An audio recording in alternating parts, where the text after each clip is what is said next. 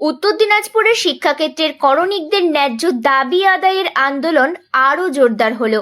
আজ রায়গঞ্জের দেবীনগরে প্রমোদ সুন্দরী বালিকা বিদ্যাপীঠের প্রাঙ্গণে অনুষ্ঠিত হলো West Bengal school and Madrasa clerks অ্যাসোসিয়েশনের উত্তর দিনাজপুর জেলা শাখার প্রথম জেলা সম্মেলন।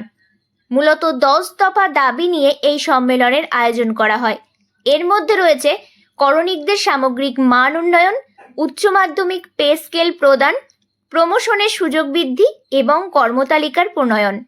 রাজ্য সভাপতি ঝন্টু মণ্ডল জানান, এই দাবিগুলো নিয়ে ইতিমধ্যে শিক্ষামন্ত্রী ব্রাত্য বসুর কাছে ডেপুটেশন জমা দেওয়া হয়েছে এবং মুখ্যমন্ত্রীকেও অবহিত করা হয়েছে।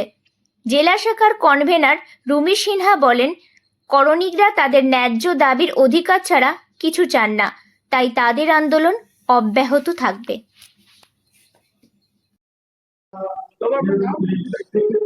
ঝন্টু মণ্ডল, রাজ্য সভাপতি, West Bengal school and Madrasa clerks association, West Bengal.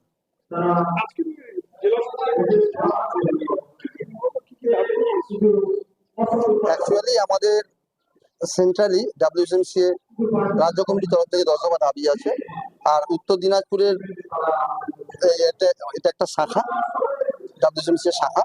এই শাখার মধ্যে যে আমরা 10 দফা দাবি রেখেছি, 10 দফা দাবির মধ্যে 1 নম্বর, 2 নম্বর, 3 নম্বর আছে। প্রথম কথা হচ্ছে মানে এইচএস পাস ধরে নিয়ে সেটাকে উচ্চতর বেতন স্কেল 8-16-25 ক্যাশ, এটা দাবি আছে সরকারের কাছে। কর্মতালিকা আছে, প্রমোশন আছে, এলডিসি থেকে ইউডিসি সহ 10 দফা দাবি আছে।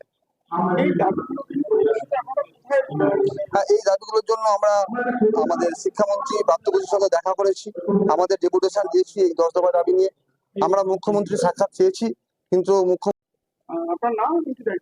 আমার নাম রুমি সিনহা। আমি হচ্ছে ওয়েস্ট বেঙ্গল স্কুল অ্যান্ড মাদ্রাসা ক্লার্ক অ্যাসোসিয়েশন উত্তর দিনাজপুর ইউনিটের কনভেনার। আজকে আমাদের প্রথম জেলা সম্মেলন হচ্ছে।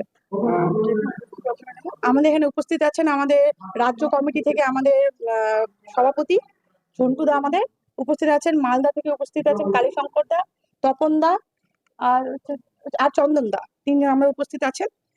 আর আমাদের উদ্দেশ্য হচ্ছে যে আমরা যেগুলো কাজ করি, মানে আমরা স্কুলের প্রতিটা করণিক যা কাজ করি সেগুলো মানে আমাদের পরীক্ষা নেওয়া হচ্ছে মাধ্যমিক পাশের উপরে, কিন্তু আমরা কিন্তু মাধ্যমিক পাশে কিন্তু কাজগুলো কিন্তু মাধ্যমিক পাশের নয়।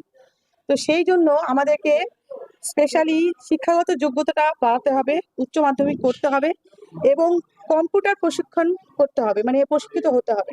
সেটার উপরে বেসিস করে আমাদেরকে কিন্তু স্যালারি উচ্চতর করতে হবে। এটাই হচ্ছে আমাদের মেন দাবি। তারপর আমাদের একটা নির্দিষ্ট কর্মতালিকা করতে হবে, এরকম করে